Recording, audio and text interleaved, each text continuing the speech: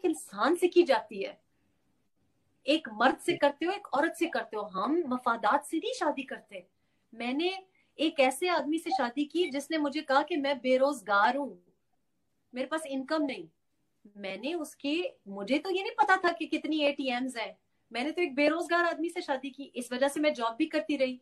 मैं घर का खर्चा, अपना खर्चा, बच्चों का खर्चा, उनके खाने का खर्चा खुद उठाती रही। अब खुद करती थी अल्हम्दुलिल्लाह। खर्चा पानी गाला में, किचन का? अगर मैं ना करती तो फिर मैं भी एटीएम्स का खाती। तो हमें तो, मेरे तो वालिद साहब ने, हमारे घर में तो हमने तो हराम का नहीं खाया। मैंने तो अपने बच्चों को हराम का नहीं खिलाया। मैं सारी जिंदगी अकेला मैंने इनको पाला है। मैं 2005 से अकेला अपने बच्चों को पाल रही हूँ।